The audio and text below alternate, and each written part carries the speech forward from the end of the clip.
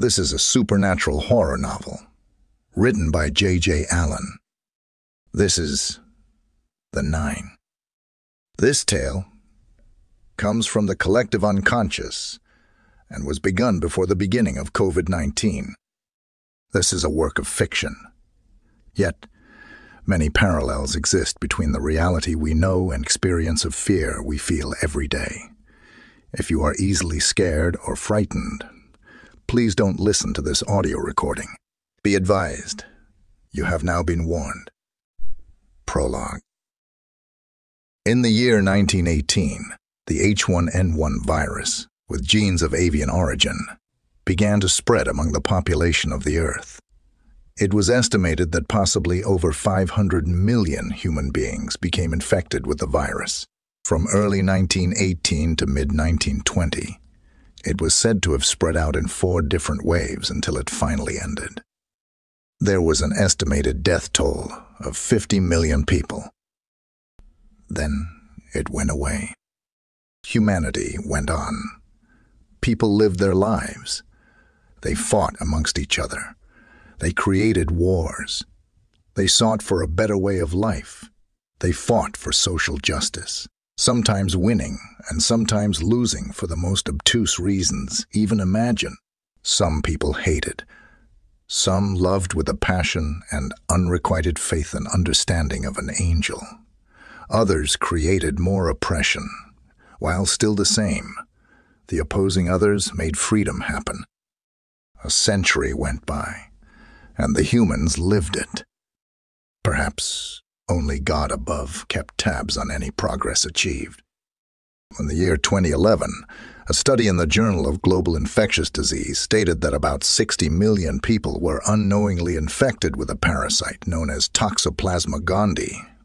Only people with compromised immune systems would basically feel any flu-like symptom from acquiring this tiny parasite. This parasite never held a high regard among the average non-medically trained status of society. It was only brought up perfunctorily when a young woman was announced pregnant by their obstetrician. The usual talk and advice was given about the obvious abstainments concerning recreational drugs and alcohol. Sometimes the conditions of having a house cat were mentioned. Not all the time. The most common attribute to getting this parasite was by handling the feces of cats. Doctors just asked for the female not to handle the litter box while pregnant. Humanity didn't often hear on the evening news about the tiny things that may hurt them. The major cable networks often just reported the everyday conditions of the world, the gist of the happenings, mostly social news, and the political events of the ongoing day.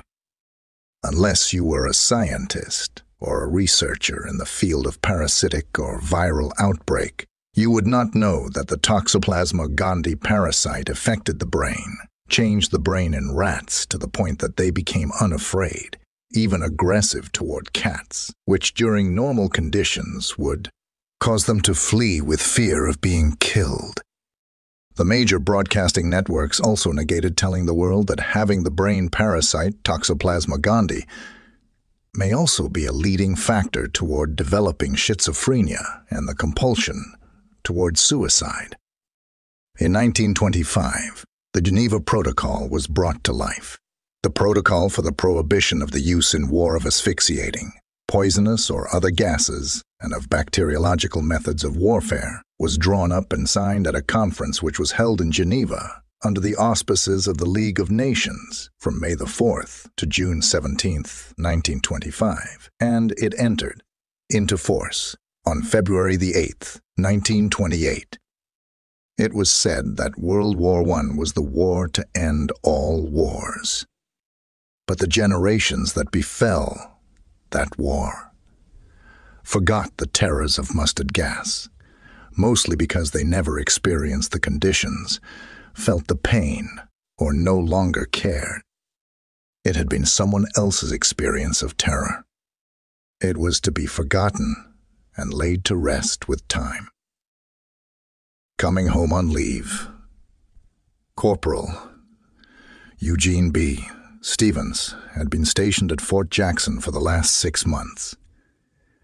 He had entered the Army in the spring of 2018, right after graduating high school. It was now the Christmas holidays of 2022. Eugene had taken a Trailways bus home and arrived in his hometown of Plainsfield, Ohio, on December 19th. Eugene's father, Harold, had taken early retirement from the post office. His wife, Gina, had been diagnosed with schizophrenia 3 years ago. Harold maintained her care the best he could, but his health had taken a slow turn downhill when he had suffered a mild heart attack over a year ago. Luckily, he got by with 2 stents being placed in chest via an artery in his leg to open the blockage. Gina's sister had to come and stay with her during his rehabilitation. Her sister, Mary Jane, pleaded with Harold to just do the right thing and have her placed in an institute where she could get the daily care she required. He had refused. She was his wife, and he couldn't bear the idea of her being locked up. These last few months had been exhausting for Harold Stevens. He was relieved that his son had come home from the Army because he admittedly was at his wits' end. Eugene had come home with a cough, some sneezing, that eventually turned into a high-grade fever in no less than 2 days. His mother, Gina, mentally ill or not, had come upstairs to nurse him. She gave him over-the-counter medicine to reduce the fever, but Eugene laid upstairs and shivered under 2 comforters. She laid cold washcloths over his forehead and wiped him down. Eugene explained that he had probably caught the flu from his bunkmates in the barracks. He said it had been going around. He told them he would fight it out. But on the night of the 22nd, Harold had called an ambulance. The next day, when Harold had convinced his sister-in-law to stay with his wife, he went to the hospital and was told that his only son had died a few hours ago from complications of this year's flu. Glowing Christmas lights fell from the haphazard tree he had managed to put up in the corner of the living room. The day was December 24th, and the late afternoon sun was falling into evening light as he sat there alone at the dining room table. He had just gotten off the phone with the funeral home. He had made the arrangements. His beloved son was going to be buried 2 days from now. The house was eerily quiet, and he was thankful. Harold had found the nearly full bottle of Johnny Walker Red Label Scotch he had hidden in the cabinets. He had dropped a few cubes in a glass, and he was working on his 3rd drink by now. His world had all but fallen apart around his feet. He was done. He was going to drink to it because he just didn't give a shit about anything anymore.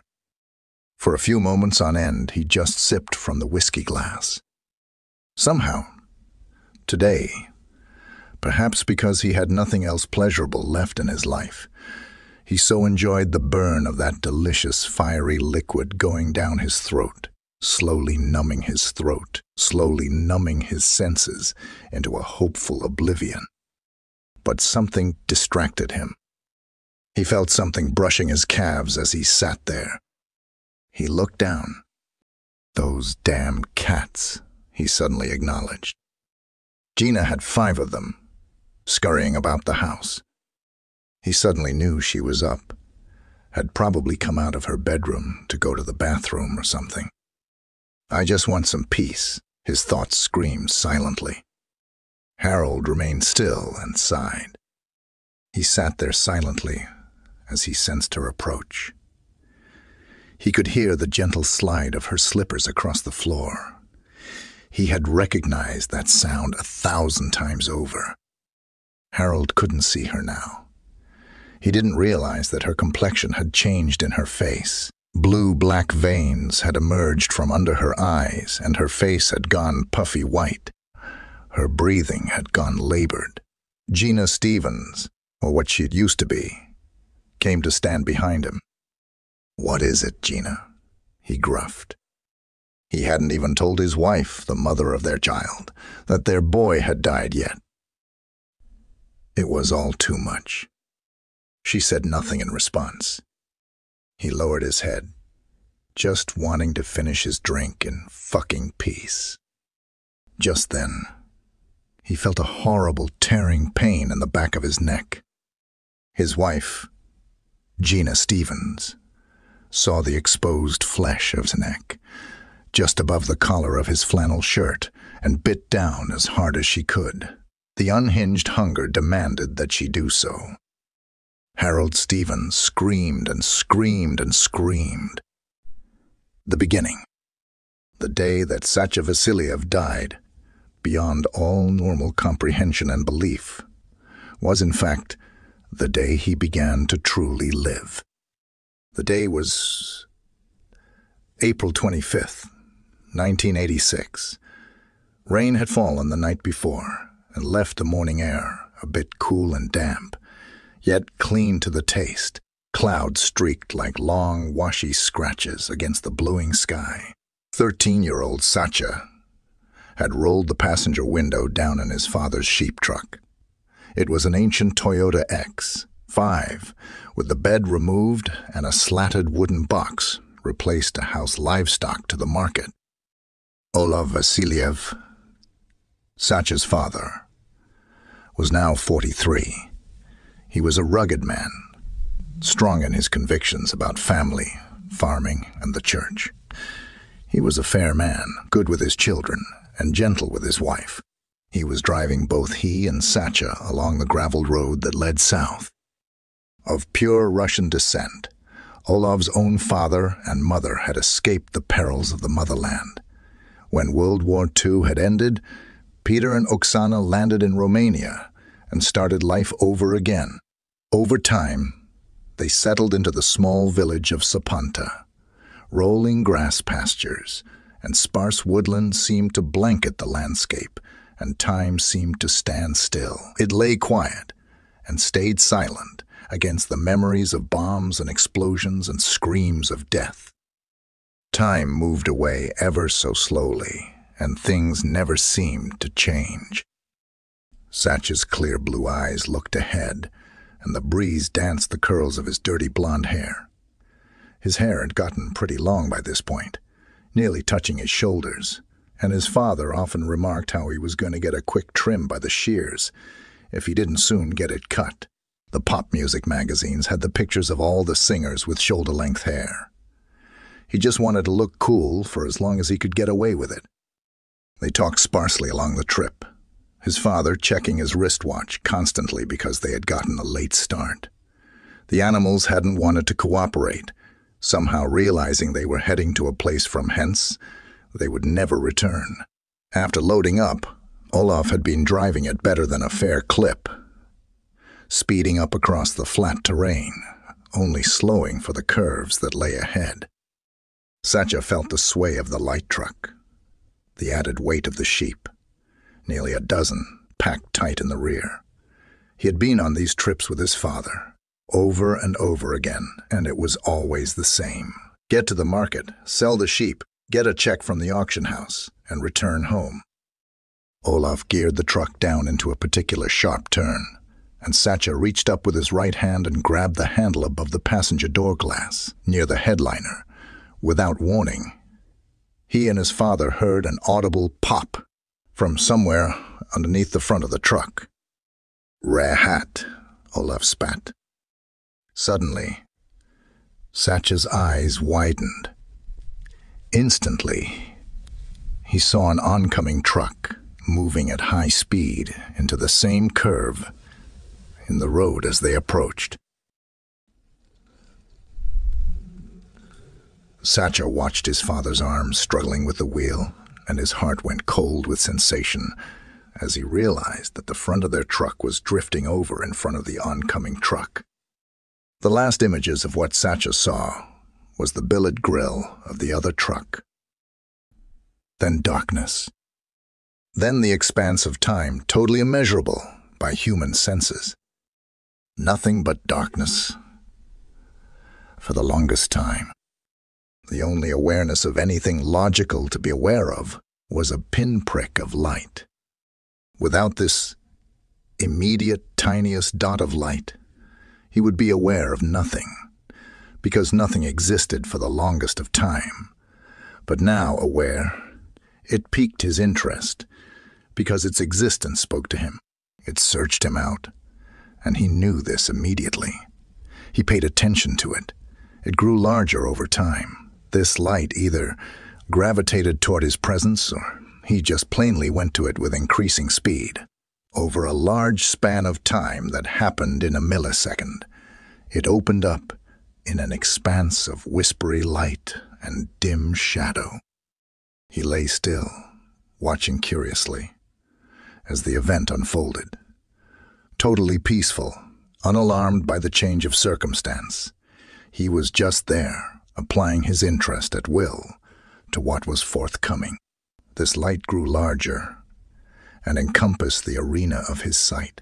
It was intense, yet unharmful to his vision, and he could feel a deep, very deeper, yet impression of love.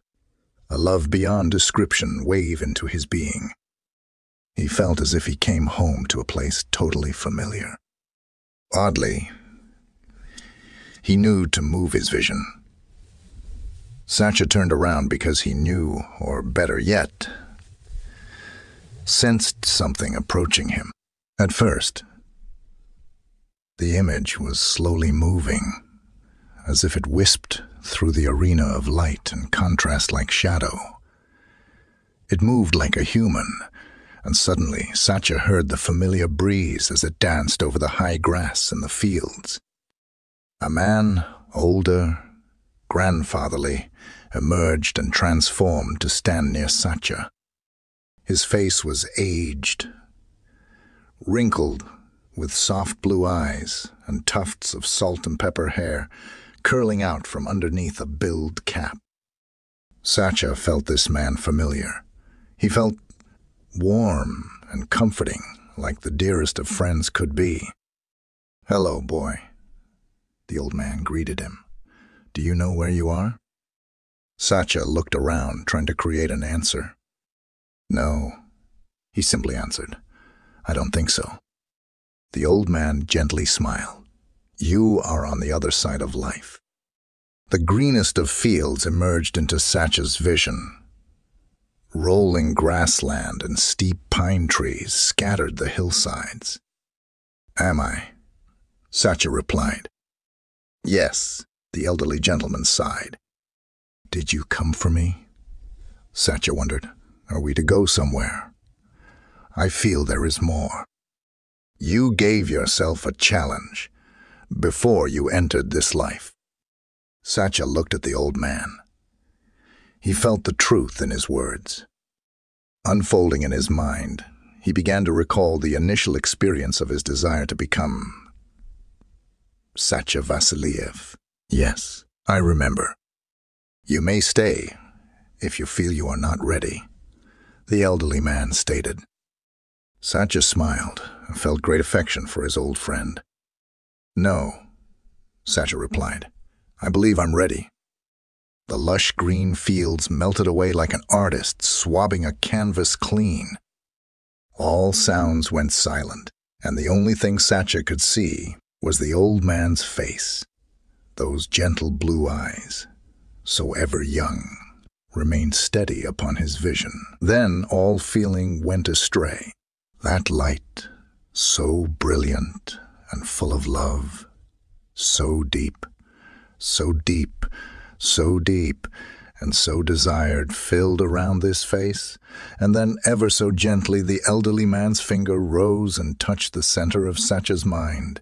It entered him like a piercing arrow, and suddenly a million expressions of thought, vision, the knowledge of all creation, and the meaning to every single question ever asked into the universe revealed itself into him, until he felt himself vanish into oblivion. The hospital. May 21st, 1986. The only thing he could immediately feel was how incredibly dry his throat was, and how damned raw it felt, deep down into his chest. Cool air entered his mouth. He knew he was breathing. Barely conscious of anything else, he could feel his mother nearby. That is all he knew. There was the passage of time, He only knew this because he could feel the change, the difference in the presence of others near him. They touched him sometimes. Later, perhaps days, he could feel his eyelids beginning to open on their own. Images, fuzzy like out-of-focus photographs, filled his imagery. Flat colors, mostly whites, filtered in. Then, sound began to register. The voices in a strange, garbled language would begin to address him. Their tones would peak and end, peak and end. He knew not what they were designed for or what they meant. May 25th, 1986. There was a commotion above him as a figure dressed in white was holding his appendages. Her sound was high and shrill, and it disturbed him. The nurse had discovered that he was trying to pull out the feeding tube. June 3rd, 1986. It was a warm Tuesday morning when Sasha Vasiliev opened his eyes fully and blinked into awareness. He knew he was alone, laying partially propped up in some strange bed, in some quiet room he had never seen before. He remained quiet and observant for a long time. He also knew he had been gone for a long time, but where? He had no immediate answer. Sometime later, a woman in white-colored clothing startled him. She looked at him, holding her hands to her mouth, then exited the room. Minutes later, strangers arrived. In his mind, he saw a mixture of elation and concern written on their faces. They were making sounds with their mouths. Those tones again, high invocations, then lower octaves on the end. He couldn't distinguish the sound, although he realized that each one of them carried a difference. June 7th, 1986. Sacha awoke to a presence, a deep-seated feeling calling for him to open his eyes. He did so and saw a middle-aged woman standing in front of his bed. She had dark, shoulder-length hair, pulled back away from her forehead. Her face was pleasant with gentle, feminine features. She wore a pale blue dress. Very plain, and she looked at him, worried. He looked at her, knowing after a few long moments that she was his mother. She spoke to him. The sounds were distinct and soft, yet he just couldn't quite put them together to form an idea. Instead, he smiled a little. He placed his right forefinger to the corner of his grin. He saw her face soften and a little smile emerge. Then something very odd struck his sense of being. He felt what she was feeling. Worry, deep sadness, deep fear, loneliness. Sacha closed his eyes and then reopened them. He held his right thumb up. She nodded her head. Home. June 28th, 1986. Sacha sat on the edge of his bed. He was home. Bars of golden sunlight struck the polished wooden floors in his room. He stared at its brilliance for moments on end, and he smiled a little. He saw. He also felt the existence of God in the light itself. For weeks on end, his head had been a wobbled mess of misconstrued thoughts, weird feelings, and the odd presence of guilt. He had lived. His father had not. His mother came in every day and cleaned the stitches across the front of his scalp. He also had a round stitch line on the rear of his skull, behind the right ear. It was explained that he had to have brain surgery. After his head collided with the windshield of the truck, a buildup of blood in his brain had to be evacuated, or it was going to kill him. Sacha never mentioned his event in the darkness and the light to anyone. He also had several broken ribs that were still healing and sore. His torso was still bruised up, the colors finally rising up from deep purple to a mellow shade of yellow and green by now. He stood up and walked over to the dresser. Atop it was a mirror. He stood in front of it and peered at his own reflection for the longest time. They had to shave his head for the surgery. Running his fingers over his scalp, he could feel the prickles of the stitches, the soreness of the wounds, and the gaunt look in his own eyes. He had grown skinnier.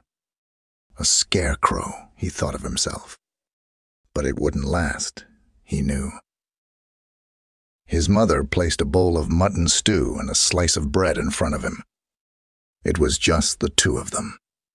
Satya leaned forward and breathed in the steam. "Smells good," he sighed. "Satya," she exclaimed, her smile wide and happy. "You spoke." "It came back to me a few days ago," he explained. "Are you okay?" she asked. He nodded, then placed the spoon in the bowl and began to stir a little. "I'm different now," he said quietly, then slurped from his spoon. "How do you mean?" Satya laid the spoon down on the napkin beside his bowl. He looked at her calmly, his face serene, even loving as his eyes took hers. "The accident changed me, Mama." "How?" she simply asked. "I died," he said, matter-of-factly, and when I was there, I remembered what I came here for. His mother remained silent. "I know things now." "What things?" Her voice was timid. He looked at her cautiously. "Is this too much?" "No, Satya. I am your mother. I want you to tell me. Papa loves you, and he is fine." She immediately began to cry softly. "When we cross over, it is more amazing than I can say in words. He is in a beautiful place, full of love and a place of acceptance. Like home, a place so dear to us." "Oh, God," she sighed. Satya continues to look at her with those calm, serene eyes. After a few moments, she calms herself. They simply look at each other. "It changed me, and within this, I know." "Know what?" "We will move soon into your brother's home." "How did you?" "And within 2 years you will remarry." "I will not." "Yes, you will. He will be good to you like Papa. You have my blessing." "Satya," she raised her voice. "Mama, I am trusting you. You raised me not to lie." She looked at him incredulously. "In 2.5 years, when I finish school, I will have to leave you. I will have to find my way into the work I must do." "You will leave me?" she asked. "You will be fine. Please believe me when I tell you the revolution is coming. In the beginning of 1989, our country will be free again of oppression." "How do you know this?"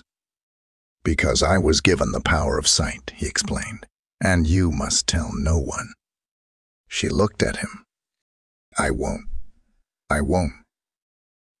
She sat there in silence while he finished the mutton stew. He got up, hugged his mother, then went to bed. Autumn leaves had begun to turn. Satya Vasilyev was now 17 years old. He was no longer the skinny scarecrow staring at his own reflection in the mirror. He had grown half an inch shy of 6 feet tall and weighed 185 pounds. During the summers, he had worked as a farmhand, helping other local farmers tend to the cattle and sheep. Back in May, he had graduated and got his certificate. He gave it to his mother for safekeeping. She had attended the ceremony with her new husband, Stefan Ardelean. Being a local shopkeeper and a decent man, Satya gave them his blessing.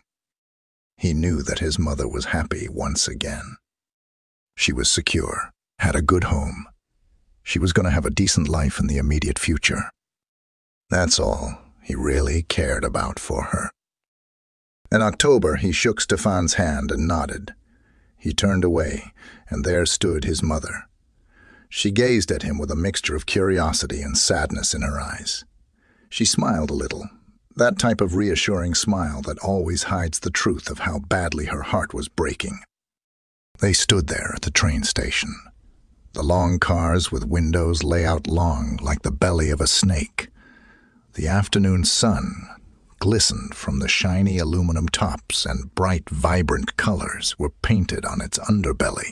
This was a place of change, and of new beginnings, and of goodbyes. Satya and his mother stood there for nearly a minute. Finally, she embraced him. "I love you," she whispered. He smiled for her. "You are good now. You will be safe and loved. He won't hurt you." She nodded. "Will you be careful?" she asked. He grinned, of course. She turned to look back at her waiting husband. Her eyes turned back to his, a bit pleading, just a bit fearful. "Will I ever see you again?" Satya took her hand in his and squeezed it gently. She was so warm. He could feel her love so intensely at this moment. "Please know I love you with all of my heart, Mama. Know it for as long as I'm gone." She smiled brightly. Above their heads, the train whistled and a man's voice bellowed. "Last call." "Will I ever see you again?" she asked simply and honestly. He picked up his backpack of belongings and slung it over his shoulder. Tenderly, he lied to her. "Of course you will." He leaned forward and kissed her on the cheek and whisked away. He ran briefly, stopped, then turned around. She remained there, watching him go away from her. It was the last time he ever saw his mother. The motherland had been calling him. This yearning had started when he was 15, when he was just able to feel like himself again from the accident, when all of him had healed fully, and when he had felt his body getting strong. He knew it in his heart and in his mind that his first destination was Russia. Moscow, to be exact. And that had been it. The calling was direct, but not specific. He knew that this was the beginning, the jump-off point, and of all the crazy places to want to go, Russia. He knew the rational mind would call him a bit crazy. But the old Soviet Union had dissolved, at least on the forefront of the political venue. It was all show and shine, he knew. He sat down by the window, in car number 5. Satya sat his emotions aside for the moment when the train jarred, and then ever so slowly began to move. He allowed what vision he saw to become his transfixed opinion for the time. He knew that, lane ahead, departing from the Brasov station in his homeland of Romania, he felt no fear. No real excitement. He knew he had a mission to complete. That was it. He watched the landscape roll out in front of him like a movie screen. Fields of land, from ochre to burnt umber, rolled outward and swiftly, unabated for his eyes to see. Vast faraway things like little villages with grass-thatched roofs begot his curiosity. So many types of people, so many different forms of living offered itself to his mind. This is what intrigued him. Humanity, in all forms. It is part of the reason he had to start this journey. 8 hours later, they came into the city of Kiev, Ukraine. The train had to slow. It was night, but still the sight was incredible. As weird as it was, he could see some of the vast architecture. The lights of the city lit up the structures.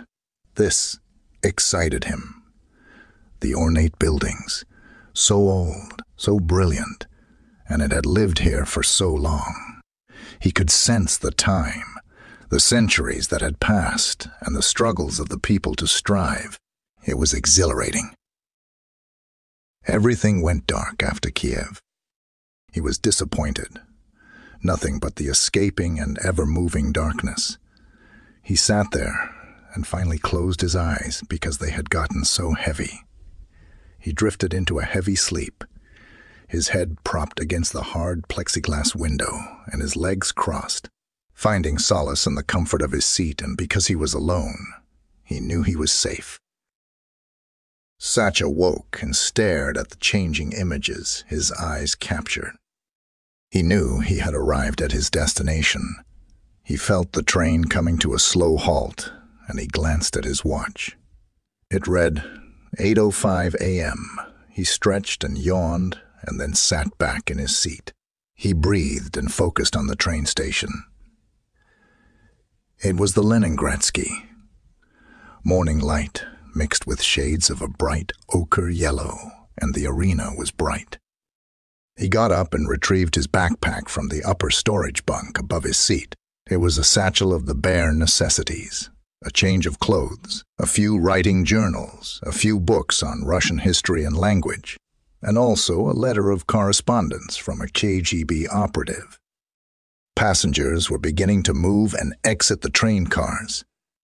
He followed the pack, moving slowly until he exited the car and stood alone on the platform of polished granite.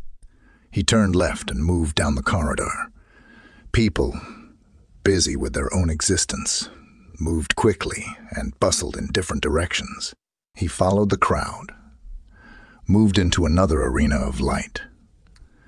Satya smiled at all the amusements, all kinds of gift shops, eateries and cafes bordered the large rectangle passageway, hoping to offer a business of goods for people reaching their destination. Thirsty, he stopped at one particular counter and asked in his broken Russian, "Bolshoi kofe, pazaluista." He was given a large coffee. Sliding 2 rubles out of his wallet, he handed it across the counter. Satya walked away with the large, hot paper cup in his hand. He sipped and found the flavor good and strong. It was what he needed. He managed to find the subway system. An hour later, he emerged from the Belorussky station and emerged into the light of day again. He looked up and saw the sign saying it was Tverskaya Street. He knew he was in the right place. Satya let his face feel the warm sunlight, and he allowed his eyes to take in the architecture of the buildings along the street. The sidewalk was very wide. Ornate stones lined the street path, and he was so pleased to see how everything was so well kept. After about 100 meters, he kept observing a beautiful coral blue building to the left. It was large, actually immense in size, and probably housed an array of different shops inside. He looked at one particular sign on the front. It read, Paketa. He didn't know what it meant, but he did know that he desired very greatly to go inside. Satya entered the double doors of the building. It was a foyer he came to stand in, and he stood there for a moment and relaxed. Go to the left into the next restaurant and sit down in a booth, his mind said. He did so and came to sit down in a booth by the window. The bench seat was very comfortable. Satya smiled and looked out the window. Suddenly, he saw someone approaching. It was a woman dressed in a casual business suit, pants and a jacket, white shirt. She slid into the bench seat across from him. "Satya?" she asked in English. He took a moment to really take her in. She was in her late 20s. Her face was kind, soft, even pretty. Her eyes were a soft brown. Her hair was long, parted a bit on the side, and was a light brown and straight that touched her shoulders. "Yes," he said softly. "You are." She smiled. "I'm your correspondent." "I see," he said. You made excellent time by train. I slept the last few hours. Are you hungry? She asked. Starved. What do you recommend? Blini with the smoked salmon. She grinned. He liked her already. Please order for us both, he asked nicely. After a minute, the order was made. 2 coffees were brought to them, and they sipped from their cups. I like you, he said frankly. Thank you, she expressed. You are here to sum me up. Get a feel for me. Of course, she agreed. What do you want to know? Proof. Proof. Satya sipped from his cup and placed it back in its saucer. Gently. He looked at her, gently. What is your impression of me? She waited. I don't know. You're polite. You are smart. Smart enough to be in this position so young. They trust you somewhat, but they think this is a fool's journey. I, to them, are just another farce. Are you? Sure. I could have just as easily boarded a plane for America. Talked to the CIA. Would you rather I do that? Her face went serious. Proof, she stated firmly. Do my affiliations to one belief system or another matter to you? Or just my abilities matter and how they can be utilized? You contacted me, she said curtly. He smiled. My grandfather was Russian. Perhaps my heart sides with nostalgia. He saw her grow impatient with him, and he felt her getting irritable. Satya said quickly, You can stop now. He felt her heart beating in her chest, then her mind channeling thoughts of doubt and disdain for him. To be better at your job, you should not judge so quickly, he stated.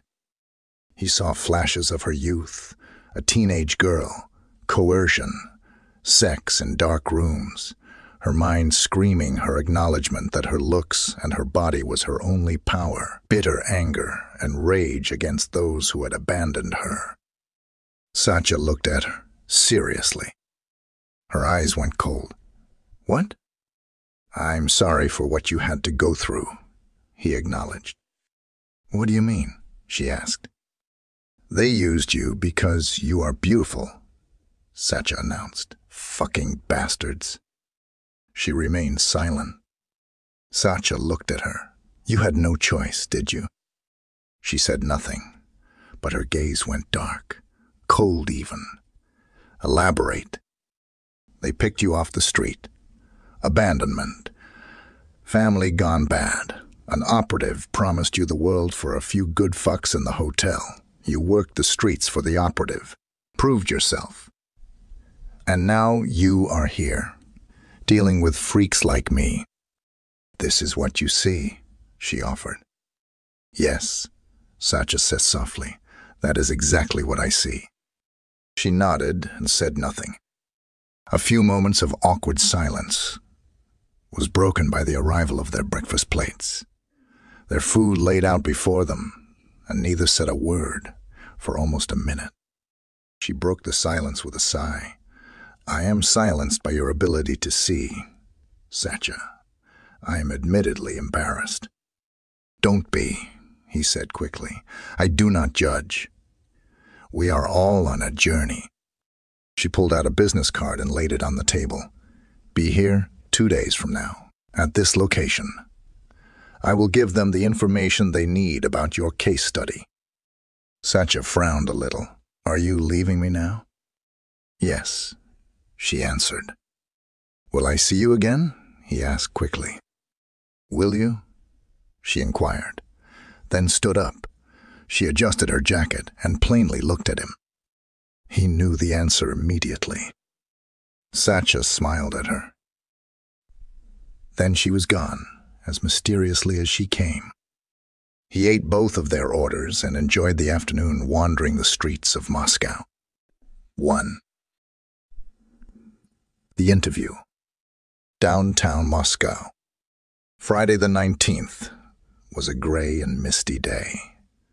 Sparse drizzle fell at intervals throughout the morning, and the temperature had cooled at least 10 degrees. Finding a street map of the city, Satya walked from the cheap hotel room he had rented for the week and came to stand in front of a massive stone building.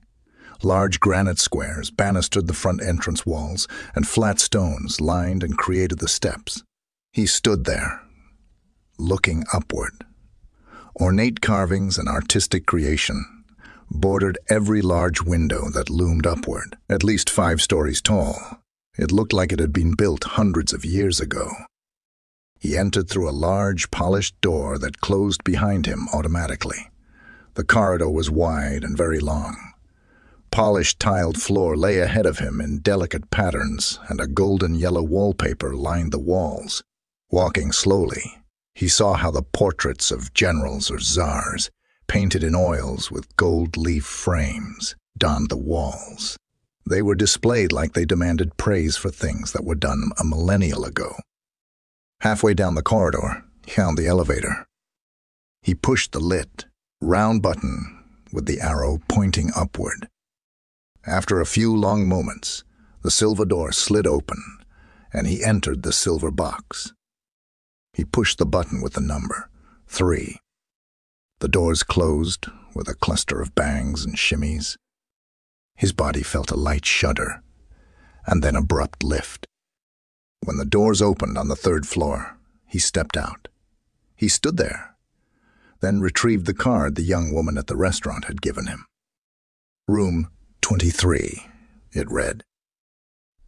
Satya turned left, walked 12 paces, and came to stand at the door that had 23 in brass letters hanging at eye level. Without a moment of hesitation, he turned the brass knob and the door opened inward. He entered a reception room. Slick silver chairs lined the white walls, centered only by a black magazine table. A receptionist's desk, enclosed partially by marred glass and dark walls, stood at the end of the room. In front of the desk, to the left wall, stood a door. Satya stepped to the desk. It was unattended for a moment, but soon he noticed stirring and movement in the brightly lit room beyond his sight. A neatly dressed woman in her mid-30s came forth to address him. "Hello," she said pleasantly. "May I help you?" English, he thought. Satya's face remained neutral. He gave the woman the actual card he was given. She took it, looked at it, then gave him a querulous glance, then immediately smiled to cover her thoughts. He had already read and knew. "I know," he said dryly. "Not what you expected." "They never are," she replied with an edge of humor in her voice. This time, Satya smiled to relieve her tension. "Have a seat," she suggested. "I'll announce your arrival." He gave her a polite nod, then walked back to one of the silver chairs and sat down slowly. 2. Satya walked behind this thick, middle-aged man named Malachi Avon. He thought it odd that this man, as thick and robust, would need the full dark suit and an overcoat as they traversed down the hallway, inside a government building that was obviously heated. Malachi stopped, abruptly turned to face Satya. "We are here," he announced. There was a gray door. Malachi opened it and entered himself. Satya came to stand at the opening. He peered inside. There was a set of chairs, a long wooden table, a stack of boards, or cards, boxes neatly placed in the corners of the room. A giant mirror filled the entire rear wall. There was also an older woman, seated behind the table. Satya knew who she was immediately. She had been here for a very long time. "I don't like the mirror," Satya said distastefully. Malachi looked at him. He had a bearded face and a bit of a bulging nose, ruddy on the end from decades of late-night drinking. "I'm sorry, lad. Necessary, I'm afraid." Satya nodded. Malachi went behind him and closed the door. Malachi returned and had a seat at the table. Satya joined him and just looked at the woman. "My name is Nikita." She tried her best to say it pleasantly. "Just simply, we are here to test your abilities on a rudimentary level. All right?" Satya smiled a little. He nodded. "Of course. You know. We are being monitored with sound and video," she said softly. Then added, "The mirror is two-way. We are being surveyed by others. You understand?" "Yes," Satya replied. "Would you like to begin?" she asked. Satya nodded. Nikita stretched over and took a deck of cardboard cards the size of 6 by 6-inch squares and placed 3 of them, face down on the table, in front of Satya and Malachi. She sighed a little. "Your objective is to tell me what object you see under each card. There is no time limit." Satya looked at Malachi. He knew immediately that he liked this old bear of a man. Satya looked at Nikita. "I see the year, 1968. Wow."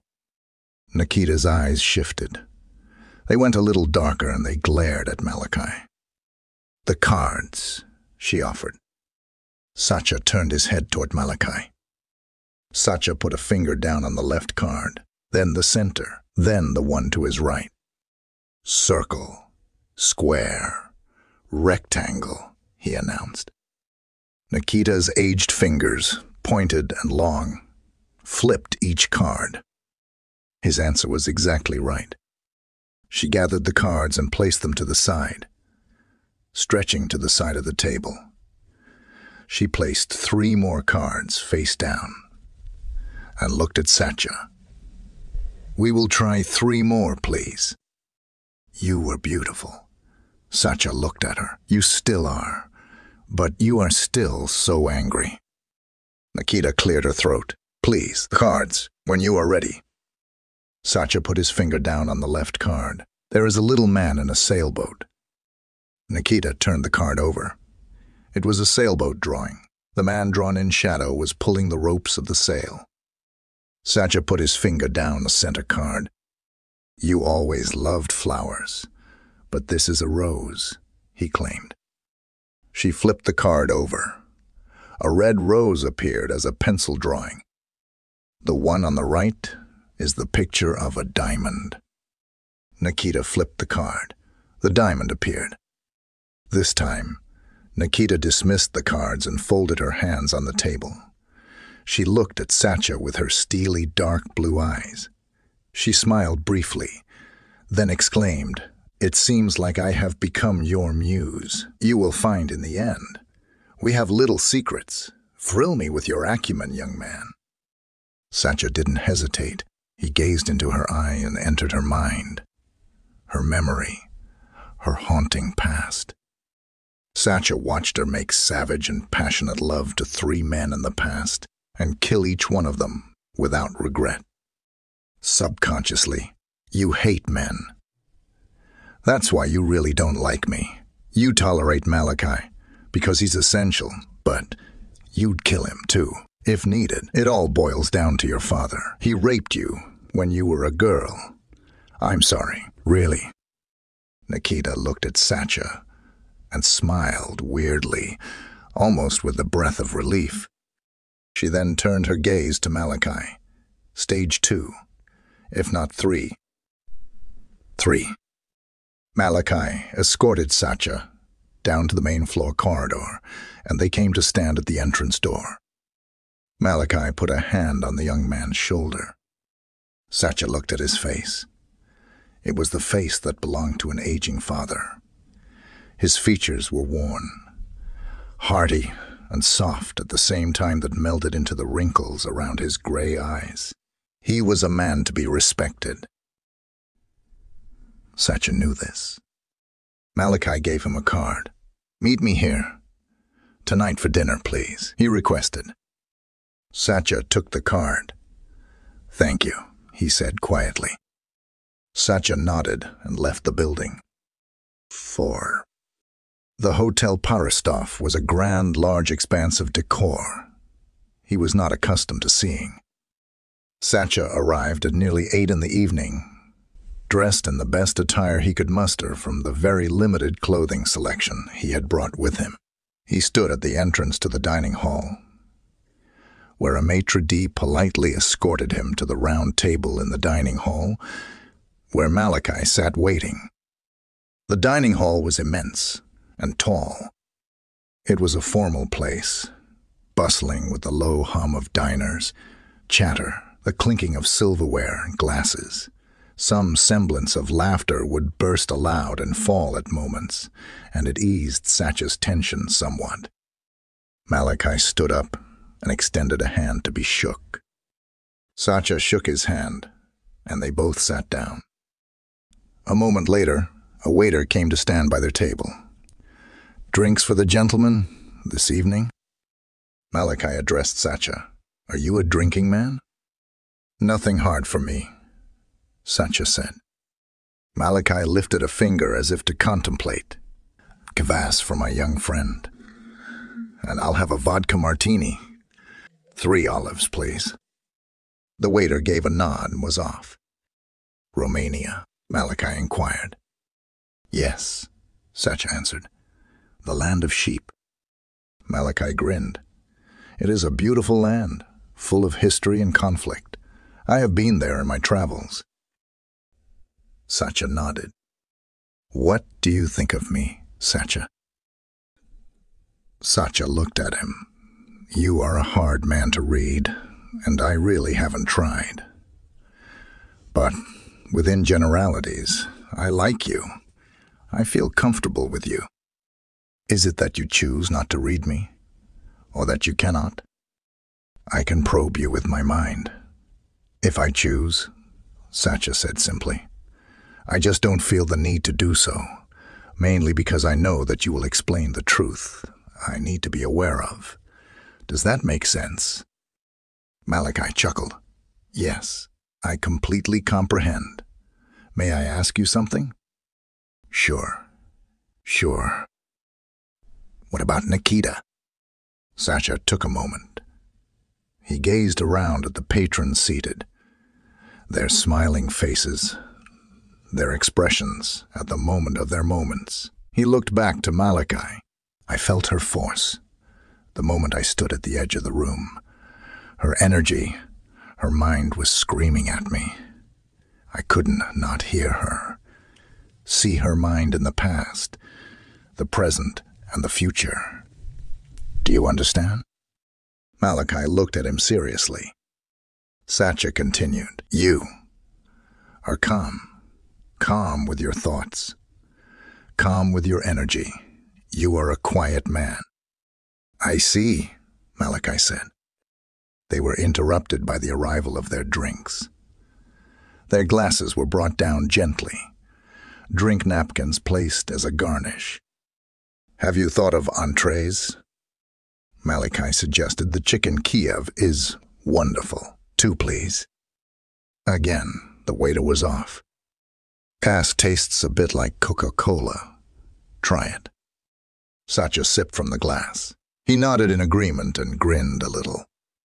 Malachi swirled the olives, stabbed by a tiny wooden sword with his index finger.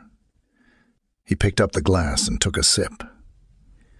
He placed the glass of clear, yet volatile liquid back on the white tablecloth. His gray eyes focused upon Satya. "Is this what you want?" he flatly asked. Satya looked at the man. He remained silent. "This is a world of espionage and secrets. Once you enter the mouth of the dragon, you will be swallowed. Do you understand what I am saying?" "This is just a part of my journey," Satya claimed. "You are so young.